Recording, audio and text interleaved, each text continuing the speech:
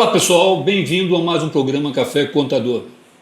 Tudo bem, Dani? Como é que você está? Tô bem, e você Animada como é que tá? para as novidades aí tributárias? Ixi, super.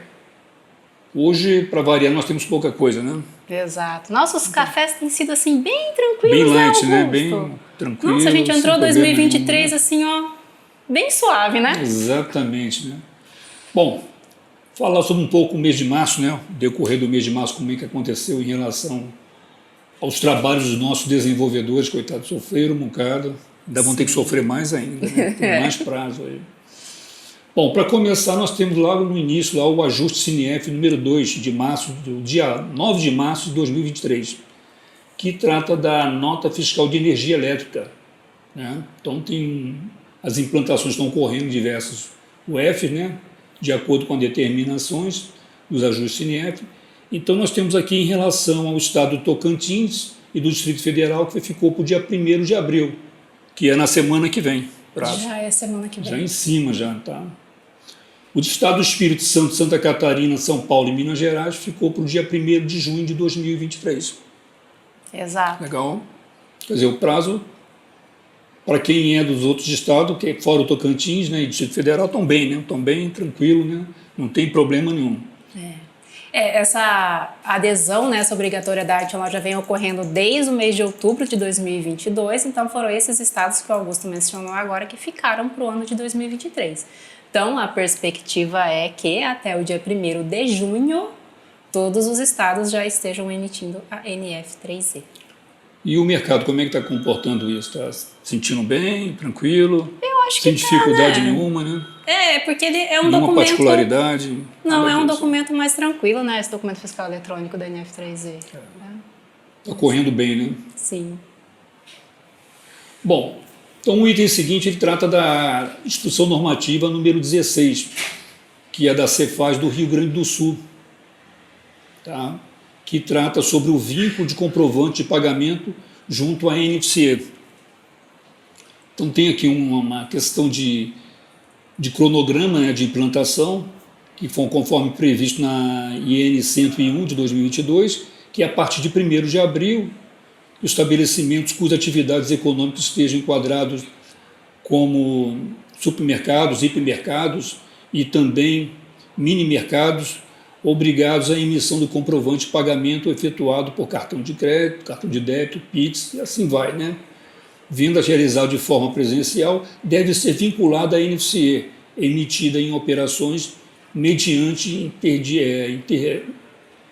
interligação com o programa emissor do documento fiscal, sendo que fica dispensada a obrigatoriedade o estabelecimento com faturamento inferior a R$360 mil no ano de 2022. Então, um estabelecimento que não faturou até 360 mil fica fora dessa obrigatoriedade. Perfeito? Isso.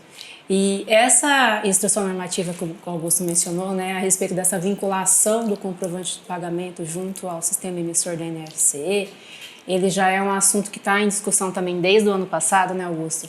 Ele está vindo agora, dia 1º de abril, para esses contribuintes que o Augusto mencionou. Ele era para o dia 1º de janeiro, então a gente já conseguiu uma prorrogação ali na questão desses prazos. E assim, o que acontece, o que até os nossos clientes têm realmente nos procurado? Tipo, o que vai acontecer? O que está mudando?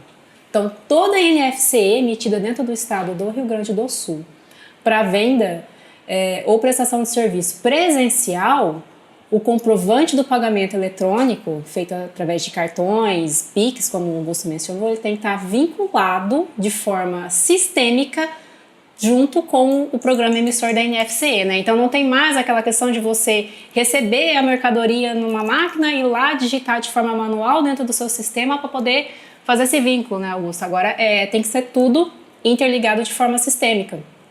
E até eu vou fazer um pouquinho de merchan agora, tá, Augusto? Vou aproveitar a oportunidade e falar que a TecnoSpeed ela está desenvolvendo um componente NFCE que vai trabalhar junto com o Android. Então, para você conseguir emitir a NFCE desde a geração do XML, desse documento fiscal eletrônico até a impressão dela, tudo via Android, para até a metade do ano, né? A gente tem aí mais 60 dias para já estar no ar e estar disponível para os nossos clientes poderem atender aos demais clientes referente a esse vínculo, né? Essa emissão do comprovante junto à impressão do pagamento. Isso é uma boa solução, Dani, porque você vê, eles estão iniciando lá no Rio Grande do Sul, pegando o maior segmento que tem, que é um supermercado, hipermercado, mini mercado, né? Exato. Que justamente são estabelecimentos que emitem muito NFC. Exato. O movimento é muito grande, né? Bastante. Eu achei bem audacioso isso, viu? Bem corajoso. E os demais estabelecimentos, eles ficaram para o dia 1º/7 desse ano também, né, Augusto? Então quer dizer que não é só esses quinais que vão estar fazendo, tendo essa obrigatoriedade no comprovante de pagamento. Os demais estão agora para o dia 1º/7. Vamos começar com esses agora, dia 1º de abril, e o restante 1º/7. Que geralmente são segmentos de mercado que tem fila no caixa, né? Exato. O movimento é cíclico, não pode parar, né? Movimento constante. Então é uma atitude bem audaciosa da Cefaz do Rio Grande do Sul em fazer isso aí. Exatamente. Então, vamos aqui, ó, torcer para dar tudo certo. O jeito agora é torcer para tudo correr bem, né? Tudo funcionar na perfeita forma possível, né? Exato. Bom, vamos falar então agora sobre o FD e CMS-PI, o registro 1601. Que está tirando cabelinhos de muitas pessoas, hein? Porque, na verdade, o 1601 tem uma série de dúvidas, né? A pessoa não sabe se vai colocar informação sobre caixa, se é competência, se tem mais de um estabelecimento, se ia dar uma matriz que vai dar informação, ou tem que formar de cada filial, como é que é feito isso. Então, para isso que nós temos agora uma nova versão do Manual do Perguntas e Respostas, na versão 7.2. Desculpe, 7.3. Saiu agora no mês de março, tá? Então ali você tem todas as informações para cada segmento de mercado, como fazer a implantação, como implantar, né, o valor que você está recebendo de fato, está recebendo aquele em cheque, está recebendo parte em espécie, como comportar as informações. Então nesse perguntas e respostas ele vai a nível de detalhes mesmo. Tá? Isso. E lembrando, pessoal, que esse arquivo de perguntas e respostas, ele é desenvolvido através de perguntas que são enviadas, né, no Fale Conosco. Então, tem bastante coisas específicas, como que eu vou lançar as informações referente a cartão pré-pago, que é a parte de recargas, como que eu vou enviar as informações de marketplace intermediadora, eu desconto a comissão, eu não desconto a comissão. Exatamente. Então, tem assim, intermediador, o que é o intermediador de fato? Até ano passado era um registro facultativo, que todo mundo foi deixando tranquilamente, rolar o ano de 2022, começou 2023, e ele passou a ser obrigatório conforme determinação de cada estado. Que eu me recorde agora, o estado do Ceará vai passar a obrigatoriedade a partir da competência agora de março, e que eu sei, o único estado, Augusto, que não vai tornar obrigatório o registro 1601 é o Espírito Santo. Porque já tem a DIMP, né? As informações que estão ali no 1601, elas já vão na DIMP. E me parece que o Estado do Espírito Santo, ele, por enquanto, abriu mão, né, das informações desse registro dentro do SPED. Talvez ele tenha aberto a mão em relação a essa implantação do 1601 devido à questão sistêmica deles mesmo, né? O sistema interno deles mesmo, né? Sim. Porque, na verdade, isso é muito bom para a fiscalização. Com certeza. Ser um excelente instrumento, né, para você cruzar informações entre o documento fiscal e a parte financeira que você recebe em cartão de crédito, cartão de débito, Pix e assim por diante, né? Aí você consegue cruzar toda essa informação. Então, para o setor arrecadatório, né, de cada Cefaz, tem isso como um instrumento muito importante. É fundamental isso aí. E essas perguntas e respostas, na verdade, é pergunta e resposta dos próprios contribuintes, como você falou. São perguntas que eles não estavam conseguindo responder na hora do Fale Conosco. Então, eles levaram para cima, foram pesquisando e tal, e trouxeram agora nessas informações de perguntas mais frequentes. Tá? Isso.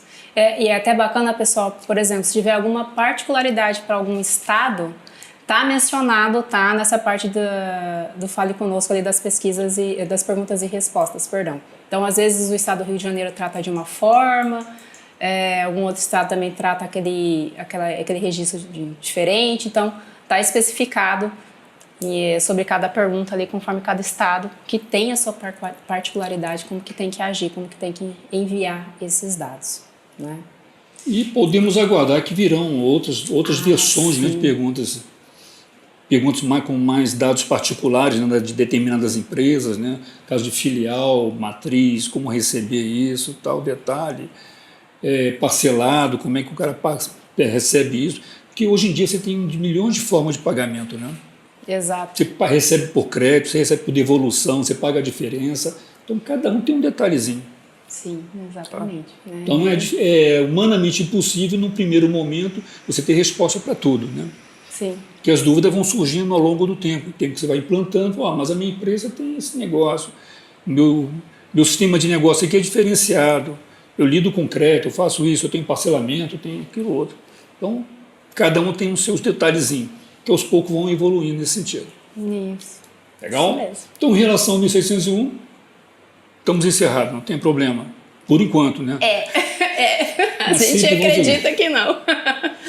Bom, e o nosso próximo tema é um assunto que, assim, eu vou falar por mim agora. Gente, tirou meu sono, porque foi um tal de Dani. Por que isso? Vai prorrogar a FD Reinf. Começaram a me perguntar lá em janeiro se ia prorrogar o layout 2.1 e eu falava assim, não, gente, não tá, tem publicação Tem nenhuma, nada em vista, não tem não. nada em vista, não. Vamos desenvolver, vai entrar em produção a partir da competência de 1º de março, vai estar certo e tal e tal. E não foi nem nos 48 segundos do segundo tempo, né, Augusto, Não. que prorrogou. Foi bem no dia 1º de março que saiu a prorrogação da EFD Reinf para os registros, os eventos do registro da série R4000. Aí eu te pergunto, Augusto, e aí, como é que ficou sua mente? Prorrogou o layout inteiro ou prorrogou só os registros da R4000? Pois é, em que ponto ficou isso aí, né? Aí eu fiquei com mais dúvida ainda. Tanto é que a Receita Federal, alguns dias depois, veio com outro esclarecimento, né? Veio com outros comunicados, né, sobre esse tema mesmo, né? E Graças deixou a todo Deus. o contribuinte em dúvida, realmente, né? Sim, porque você colocar um comunicado que prorrogamos os eventos da série R4000 e nós sabermos que não é só isso que tinha dentro desse layout, é complicado, né? E o restante? Com certeza. O que tem mais lá? Tem a questão do formato assim, envio assíncrono, novos campos, novas tags. E aí, o que era, né, Augusto? Então, essa prorrogação que deixou você maluco e muita gente também, ela veio através da Instrução Normativa 2133, tá? Sobre a FD Reinf, que trata exatamente, que prorrogou, né, os eventos da retenção do imposto de renda retido na fonte, contribuição social sobre lucro líquido e o PIS e COFINS, tá? Que entrou em vigor a partir do dia 1º de setembro, vai entrar em vigor a partir de 1º de setembro de 2023. Isso, ganhamos aí mais 6 meses. Tá. Então, setembro já está pertinho aí, né? Então, tome muito cuidado com esse negócio, né? Pois é. Mais na frente nós tivemos lá também como eu falei, uma comunicação da Receita Federal no dia 6/3, trazendo exatamente essas informações, né? Detalhando mais sobre isso, que consequentemente também fica prorrogado o envio dos eventos da versão 2.1.1.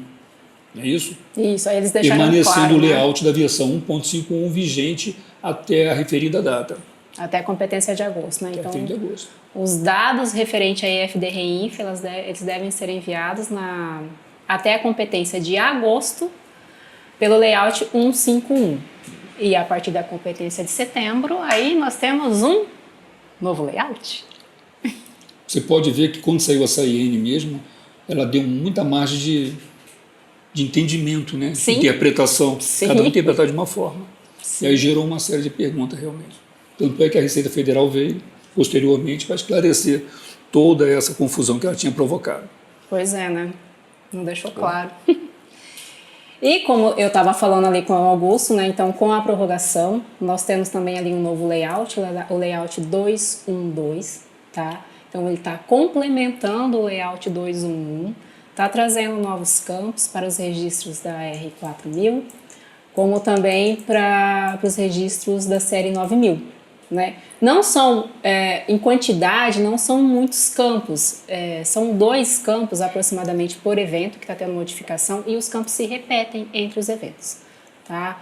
Então, digamos assim que é uma mudança um tanto quanto tranquila até o momento. Exato. Se vai ter mais um layout até setembro, a gente ainda não sabe. Mas lá no meu fundinho, assim, do meu pensamento, do meu coração, eu ainda acho que vai vir mais coisas para o Reinf até a competência de setembro de 2023. Não sei se você mencionou aí sobre o ato declaratório número 23 também, né? que saiu o layout 2.1.2.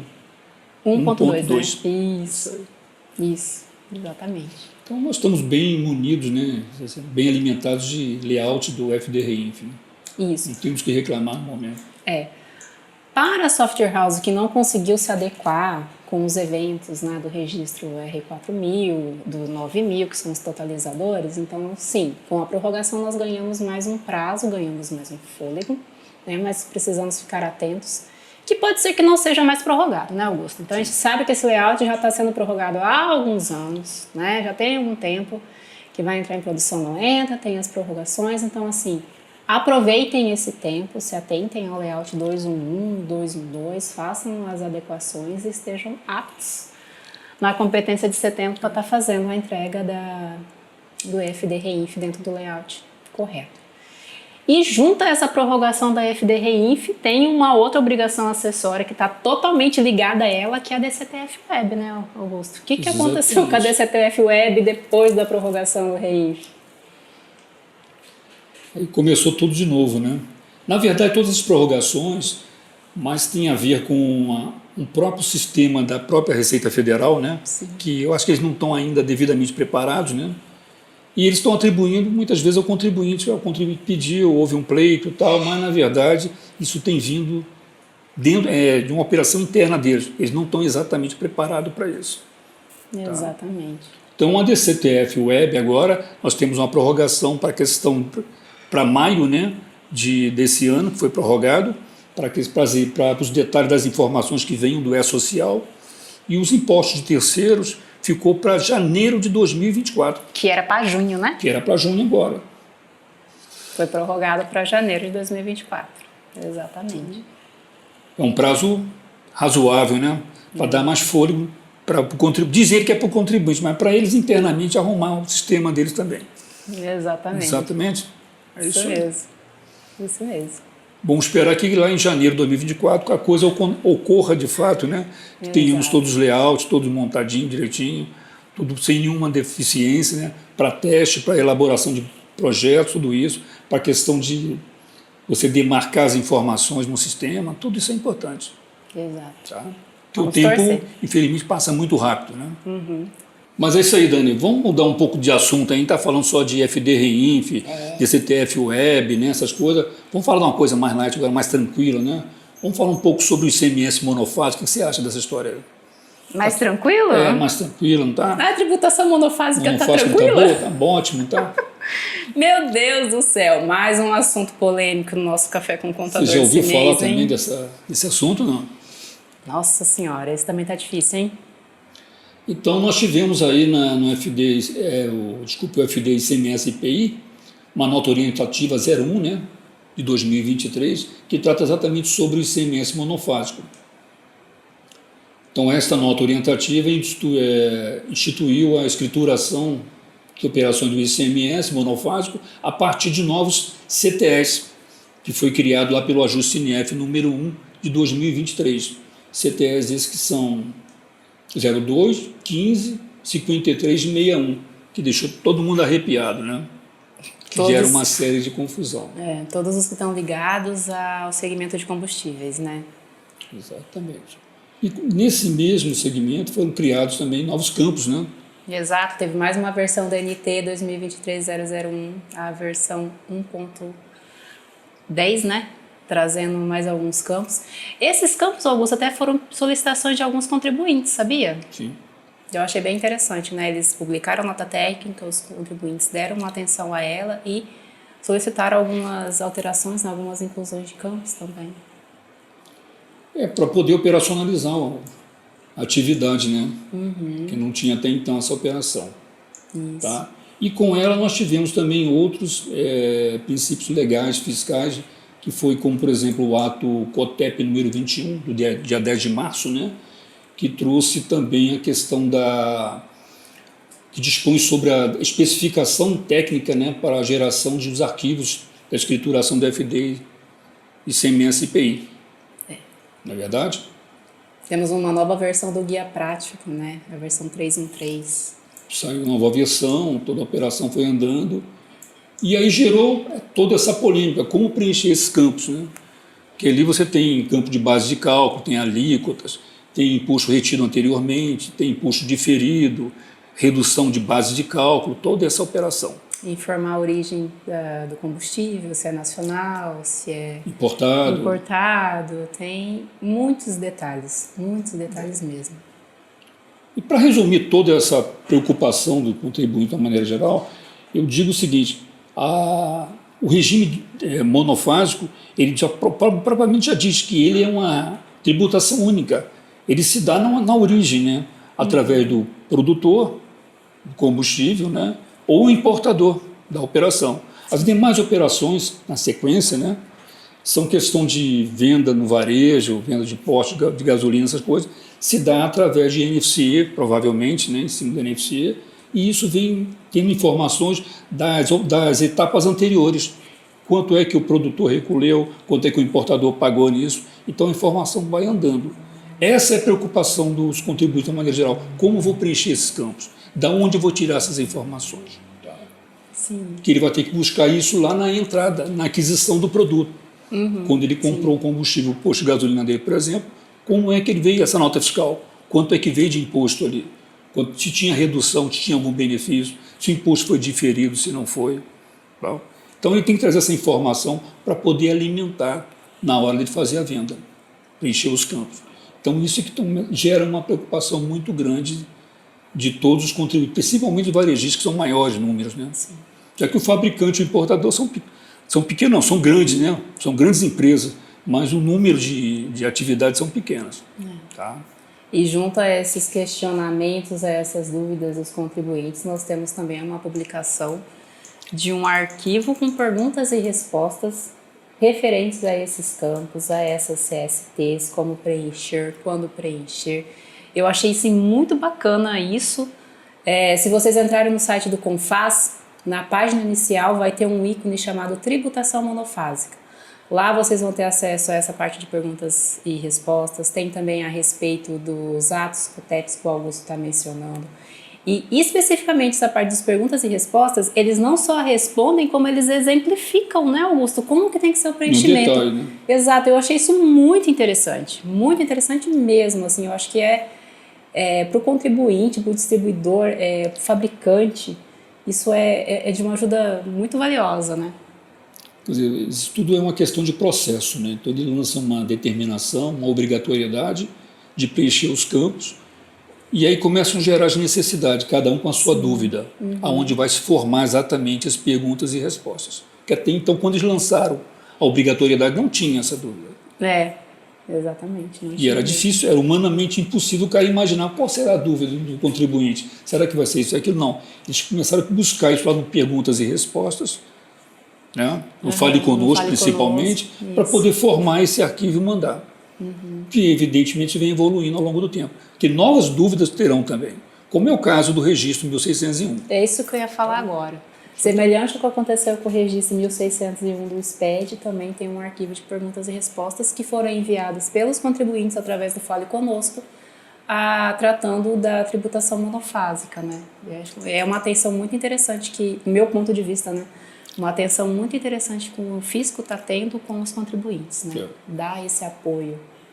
Você tem uma ideia, eu tenho clientes que estão com dúvida em relação à mistura que tem que fazer no óleo diesel. Porque dizer, tem que informar. Já é uma segunda etapa que ele compra lá do distribuidor e chega aqui no posto dele e faz uma mistura.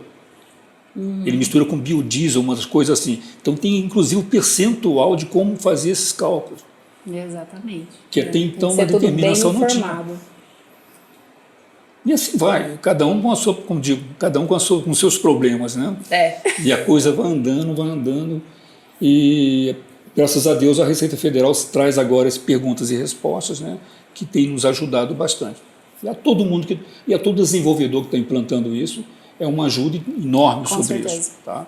Você tem uma noção exata de como se comportar, como implantar, né? Como parametrizar teu sistema. Exatamente, Augusto, eu falo que isso até é interessante realmente para o desenvolvedor, porque a hora que ele está lá fazendo o desenvolvimento, colocando as novas tags dentro do XML, que ele precisa fazer o teste, homologar para saber se está certinho, pega ali a parte de perguntas e respostas, preenche ali como está. Os exemplos, né, que estão ali, eu acho que também é de uma de uma ajuda muito grande, né? Eu diria que nem toda dúvida ele vai estar ali dentro, mas 80%, 90% dizendo máximo assim, estaria ali dentro daqueles conceitos, né, de perguntas e respostas para ele poder implantar no sistema dele. Exato. Tá? Bacana. Bom, e para variar aí, para poder ajudar mais ainda, tivemos agora, mais recentemente, hoje, né, vamos dizer assim, um convênio ICMS número 11, que foi publicado no dia 29 de março, e ele é datado dia 28, que trata exatamente do seu outro combustível, que é a gasolina e o etanol, que até então não tinha essa concepção. Exatamente. Dentro do monofásico. Mais um grupo entrando. Mais um grupo entrando nisso aí. Monofásica. Né? Que tem um prazo de implantação, agora acho que em junho, né? Isso, o prazo de implantação é diferente, né? Essa primeira parte, o diesel, biodiesel, é a partir do dia... Bom, a ANT traz dia 30 de março, porém a lei complementar que regulamenta essa tributação monofásica é a partir de 1º de abril, né? E já essa parte da gasolina e do etanol que o Augusto mencionou é a partir do dia 1º de julho de 2023, mês 7, né? Que vai estar entrando também em obrigatoriedade o preenchimento dos campos. Lembrando, pessoal, que a CNT ela vai ter 2 fases de implantação. Então, ela começa agora com o preenchimento dos campos, né? Porém, as regras de validação referente a essas informações só vão entrar em produção no mês de setembro, tá? Então, vocês vão começar a informar os campos agora, não vai estar aplicando nenhuma regra sobre essas informações. Porém, a partir de setembro, todas as informações serão validadas pelas regras de validação. E tem um bom tanto de regra de validação. Então, nesse contexto geral, a gente pode analisar o seguinte, que essa questão do monofásico, ela é bem ampla, né? Sim. Ela começou lá com GLP, com diesel, tal, outros combustíveis, né? E agora entrou na gasolina e no álcool. Englobando tudo, né? Todos os combustíveis, os derivados de petróleo, né? Está colocando tudo. E que é um setor que tem que ser muito bem controlado, principalmente em relação à quantidade para chegar no número exato de arrecadação. Exatamente. Ô Augusto, mas me fala um negócio aqui que eu estou um pouco encafifada. Tem um outro ato COTEP que foi publicado também com alguns anexos que precisam ser preenchidos, né? Se lembrou bem. Referente à tributação monofásica. E eu lembro que eu li lá que esse preenchimento desses anexos eles não podem ser de forma manual. Porém, não tem web service para fazer a entrega? Você está falando do ato COTEP número 22, no dia 10 de março, que aprova o modelo de anexo, né, e manual de instrução que trata das cláusulas 19ª do convênio ICMS 199 de 2022. Então gerou uma série de anexos, né, para efeitos de controle de movimentação de cargas de combustível e tal, e vai ser apresentado isso para o Estado, o fisco de uma maneira geral. Apresentado de forma física? Ele não fala, não dá um web server, não tem um web server para poder para você entregar essa documentação. No mínimo, né, essa operação. Eu achei até estranho, sabia? Porque se vocês lerem lá o manual desses anexos, vai estar escrito que não pode ser preenchido de forma manual, né? Como eu falei, não pode pegar uma caneta e ir lá e escrever no anexo. Botar os dados mesmo. Exato. Porém, a entrega deve ser junto aos Cefaz, as Secretarias de Estado, e vai ser protocolado esses anexos no Cefaz. Bom, é uma coisa que a princípio não vai funcionar. Não vai funcionar. Se não criar um web server para isso, não tem como fazer. Como vai cruzar os dados? Exatamente. Estranho. Voltaremos à forma física de documentação fiscal. Complicado, né? Diferenciado. Vamos aguardar novas etapas, né, desse processo aí, que com certeza virão o mais rápido possível. Certeza. Legal? E o nosso próximo tema, que também entra agora em obrigatoriedade a partir de abril, que também Dia 3 de abril, né? Tem deixado um pessoal um pouco preocupado, é a NFSE no padrão nacional. Para os MEIs, né? MEI, a partir de 3/4, é obrigatório emitir as notas fiscais de prestação de serviços no padrão nacional. Como é que está isso, Augusto? Semana que vem já, né? Pois Estamos é. aí, todo mundo plantando. Acho que alguém já conseguiu testar essa nova NFC? Então, era isso que eu até ia falar, né? Aparentemente no aplicativo está funcionando, porém, lá no emissor web, nós aqui da TecnoSpeed estamos desenvolvendo um componente à parte. Nós temos clientes que atendem e-mails e nós não estamos conseguindo homologar, Augusto, notas Coisa, então. nesse Situação. ambiente de emissor web gratuito. Então, assim, está extremamente preocupante, né? Não se ouve falar nada de prorrogação. Eu acho que dificilmente vai ser Não, prorrogado. será. Com E certeza. aí fica a seguinte pergunta, né? Como que nós vamos atender aos nossos clientes, as nossas software houses, com um produto, com a intermediação de uma emissão de um documento fiscal dentro de um padrão federal que a gente não está conseguindo fazer comunicação? Né? Cada vez que a gente tenta fazer uma comunicação, retorna um erro diferente. Fala que o CNPJ não está cadastrado, fala que não é permitida emissão para aquele município, o que é estranho, porque até então o município não tem necessidade, obrigatoriedade de se converniar ao padrão nacional para poder o MEI emitir uma NFSE. Tá complicado, hein? É interessante quando isso saiu lá no início do ano, né, através da resolução do Comitê Gestor do Simples Nacional, que foi, acho que foi o número 169, né, de 2022, foi no ano passado que saiu isso aí. Isso, Tinha tá bom. toda uma organização, né, todo um projeto, com layouts, com tudo, simplificação, emitir através de celular, tudo isso, né, toda O a app aprovação, foi app lançado, perfeito, tudo isso. uma live no Mil YouTube pela maravilha. Receita Federal, fácil, bem intuitivo de ser usado, mas e aí? E o web service? Na hora H mesmo, na implantação, que é agora, né, como é que está uma coisa? Está faltando uma cobertura realmente para isso. Exato. A gente está tendo bastante dificuldade e eu falo que assim, não é só nós, a TecnoSpeed, que estamos tendo essa dificuldade, né? A gente tem contato com outras empresas também e o relato é o mesmo, Augusto. Ninguém está conseguindo homologar a nota fiscal, serviço no padrão nacional via web service, via APIs. Eu estou chegando à conclusão, para a nossa área, né, que mexe com legislação, ela tem muito a ver com futebol. Até os 45 minutos do segundo tempo, muita coisa pode acontecer. Pois é. Né? Fazendo uma analogia com o futebol, acho que pode ser que saia alguma coisa nesse sentido aí. Pode ser que chegue dia 3 e esteja tudo ok. Também acontece isso. Vai Um saber, milagre né? que aconteça aí, dá um jeitinho, né? Exato. Bom, vamos torcer, né? Vamos Isso torcer aí. para que dê tudo certo. E o nosso último assunto agora que a gente quer passar para vocês é a respeito de atualizações para o mês de abril de 2023, né? Tem bastante coisa, né? O que vai estar entrando em produção agora dentro do mês de abril, que a gente não falou durante o café, né? Então a gente falou de alguns temas durante o café que vão estar, né, em obrigatoriedade a partir de abril, mas também temos aqui notas técnicas, temos e-social entrando em produção para abril, né, Augusto? Tudo 1º de abril. O mês de abril também está recheado.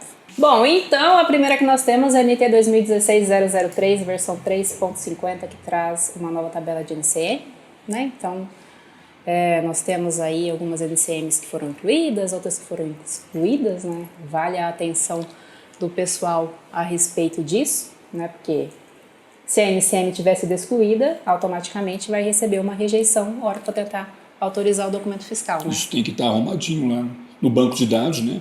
Para que no dia 1º esteja funcionando direitinho, senão realmente há rejeição da nota fiscal. Isso. Tá? Isso é extremamente importante. E são NCMs importantes, tá? Que são gêneros alimentícios. Exatamente. Tem um giro muito grande. Né? É de impacto, né? Tem que ficar atento a isso. Então, pessoal, corra aí. Não sei se tem muito tempo não, mas dá uma olhada. Não são muitos itens, não. Geralmente quando traz essas mudanças, né, as inclusões e exclusões, não é um número Uma grande, gama muito né, grande de item, não. massivo. Então dá para fazer um deparo aí rapidinho e colocar o negócio. Exatamente. Bem tranquilo. A próxima NT é a 2022-003, versão 1.00, que é aquela NT famosa também, que traz a tag traz a tag REF-NF-SIG, que é para permitir informar um código zerado ao referenciar uma nota fiscal. Essa também é uma NT que gerou um pouco de confusão, né? Como que eu vou vou informar um código zerado de uma nota referenciada, né? Também foi solicitada pelos contribuintes que trabalham, né, que estão envolvidos ali no ramo de combustíveis.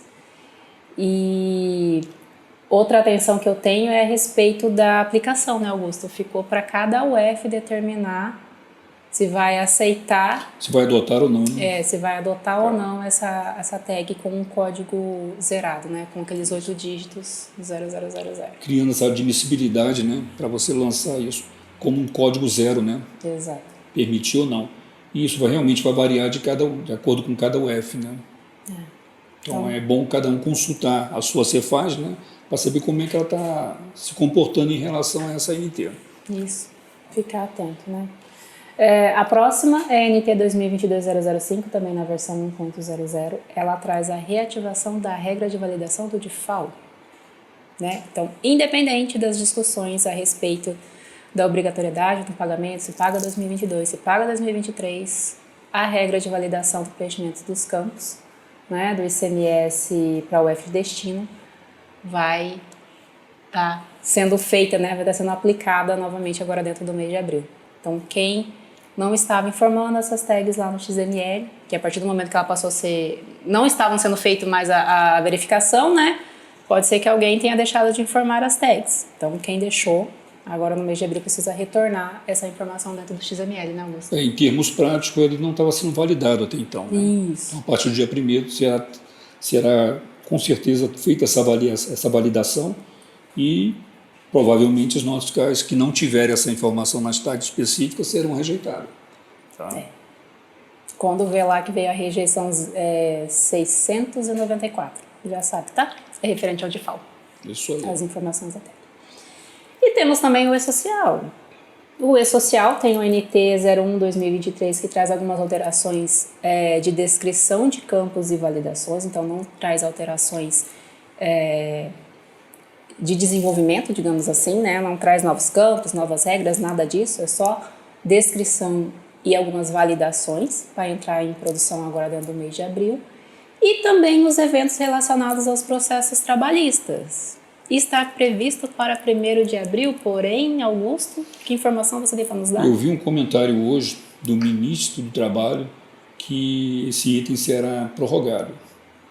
Mas a gente ainda não tem... Através de um pleito, né, das entidades de classe que estão pedindo uma prorrogação para essa operação. Ele era para janeiro de 2023, então foi prorrogado agora para o mês de abril e pode ser que nos 45 minutos do segundo tempo saia uma prorrogação para isso. Tá bom? Perfeito. Bom, se vocês tiverem alguma dúvida, pode deixar aqui nos comentários, pode deixar os comentários lá no nosso blog, na comunidade da Casa do Desenvolvedor.